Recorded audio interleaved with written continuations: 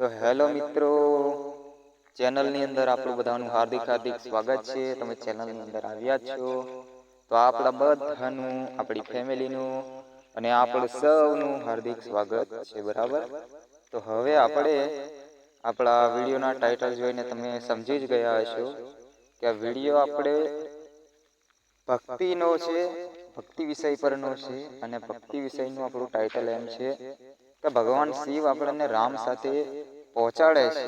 તો કેવી રીતે પહોંચાડે છે? તો શિવજી અને રામ આ બંને ભગવાન છે, પરંતુ શિવ એક એવો સરળ રસ્તો બતાવે છે, શંકર ભગવાન, કે આપણે સહેલાઈથી રામ પાસે પહોંચી જઈએ. અને રામ નામનું મહત્વ શું છે એ આપણે જાણવાના છે આ વિડીયોમાં. તો મિત્રો, મનુષ્યના જીવનમાં રામ નામનું ઘણું મોટું મહત્વ રહેલું છે. અને આ મહત્વ રામ નામ જે જાપ કરે છે એ જાણે છે, પરંતુ ક્યાં સુધી એ જાણે છે તેની સાથે માહિતી છે, પણ કેટલી છે માહિતી એની? આ માહિતી કરવાની કે માહિતી મેળવવા માટેનું એવું નથી, પરંતુ આપણે આનું સત્ય રહસ્ય આપણે જાણીશું. આજે સત્ય રહસ્ય જાણવા માટે આપણે આની અંદર આવ્યા છીએ, વિડીયોની અંદર. તો મારી એક નાની એવી તમને રિક્વેસ્ટ છે કે તમે ચેનલમાં આવ્યા છો તો ચેનલ સબસ્ક્રાઈબ કરજો, ને વિડીયો ગમ્યો તો તમને લાઈક કરજો. બરાબર, તો આપણે હવે આપણી મુખ્ય જે કથા છે એનું આરંભ કરીએ છીએ. તો બોલીએ ભગવાન શ્રી રામચંદ્ર કી જય, પાર્વતી પતે હર હર મહાદેવ કી જય. તો મિત્રો, વિડીયોમાં આપણે વાત એ કરીએ છીએ કે ભગવાન શંકર છે એ રામ પાસે કેવી રીતે આપણને લઈ જાય છે. બરાબર, અને એક એવો મંત્ર આપણે આજે શીખવાનો છે કે મંત્ર દ્વારા આપણને ભગવાન શિવ રામ પાસે લઈને જાય છે. તો એ મંત્ર જ આજે આપણે પણ શીખવાનો છે. તો આ મંત્ર ભગવાન પોતે જાપ કરે છે, શંકર ભગવાન રામનું સ્મરણ કરે છે. ત્યારે પાર્વતી માતા અને આ શંકર ભગવાન વચ્ચે જે સંવાદ થાય છે, તો આ જે સંવાદ થાય છે એ સંવાદની પણ આપણે વાતો કરીશું. કારણ કે સંવાદ એવો છે કે આ સંવાદમાંથી એક મંત્ર આપણને મળે છે. બરાબર, તો આ મંત્ર આપણે આજે સમજીશું કે આ મંત્રનું મહત્વ શું છે જીવનમાં. આ મંત્ર એટલો બધો મહત્વનો છે કે આપણને અંત સમયે તારી દે છે. મનુષ્યને તરવા માટેનું એક સાધન છે. એટલે જ આપણે એમ કહીએ છીએ કે ભગવાન શંકર આપણને રામ પાસે લઈ જાય છે. તો રામ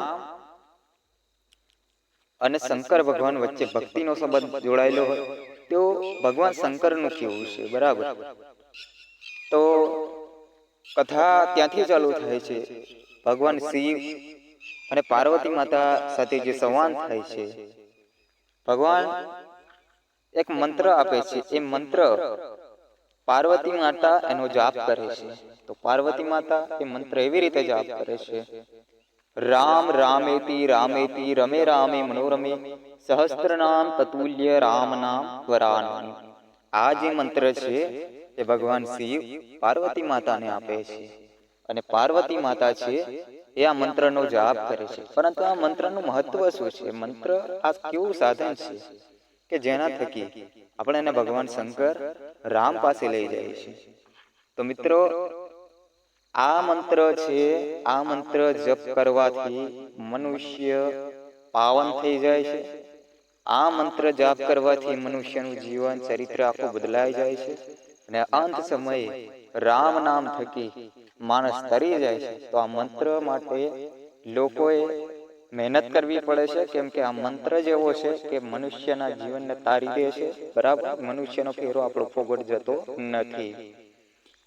ભગવાન એમ કહે છે શંકર કે આ જે મંત્ર જે છે એ મંત્રનો તમે એક વખત જાપ કરો છો તો આ એક મંત્ર ભગવાન રામના 1000 નામ લીધા બરાબર છે. બરાબર, 1000 નામ લીધા એટલે તમે વિચાર કરો કે દિવસમાં તમે આ મંત્રને 20 થી 25 વખત જાપ કરશો તો પણ 25,000 જેટલા ભગવાન રામના તમે નામ લો છો.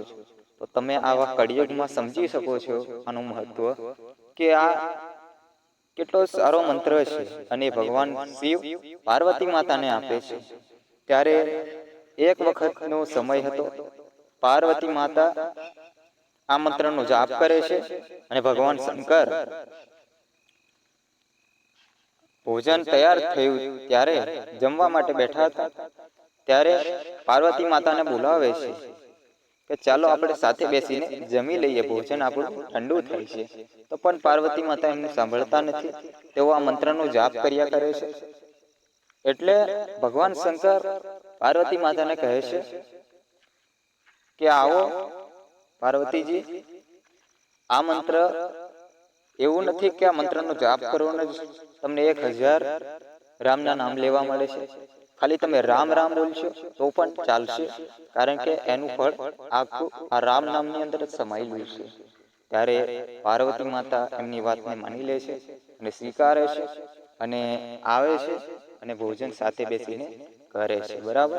તો આ રીતની કઈ કથા હતી, પરંતુ કથામાંથી સાર એટલો જ છે કે આ જે કથા છે એ સાંભળીને માણસ પોતાના જીવનને ધન્ય માનતો હોય એમ મને લાગે છે. કારણ કે આજે આવા હળહળતા કળિયુગમાં રામ નામનું ઘણું મોટું મહત્વ છે. રામ જેટલું નામ આપણા મુખેથી રટાય છે એટલું જ મનુષ્યના જીવનમાં સારું છે. કારણ કે અંત સમયે રામ નામ થકી દરેકને તરવાનું હોય છે. તો મિત્રો, આ જે મંત્ર આપણો હતો એ મંત્ર હતો રામ રામેતિ રામેતિ રમે રામે મનોરમે સહસ્ત્ર નામ તતુલ્ય રામ નામ ભરાનન. એટલે આ મંત્ર થકી આપણે એક વખત આનો જાપ કરીએ છીએ એટલે આપણે ભગવાન રામના 1000 નામ લીધા બરાબરનો આ મંત્ર છે. તો હવે આપણને જેટલો પણ સમય મળે છે એટલા સમયે આપણે પણ આપણા જીવનમાં આ મંત્રનો જાપ કરવાનો છે. આ મંત્ર આપણને 100% સફળ બનાવશે, આપણી ભક્તિમાં આગળ વધારશે. તો હું આશા રાખું છું કે આ મંત્ર તમે પણ જાપ કરજો.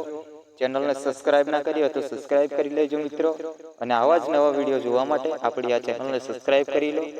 તો ચાલો, થેન્ક યુ. આપણે મળીશું આપણે નેક્સ્ટ વિડીયોમાં.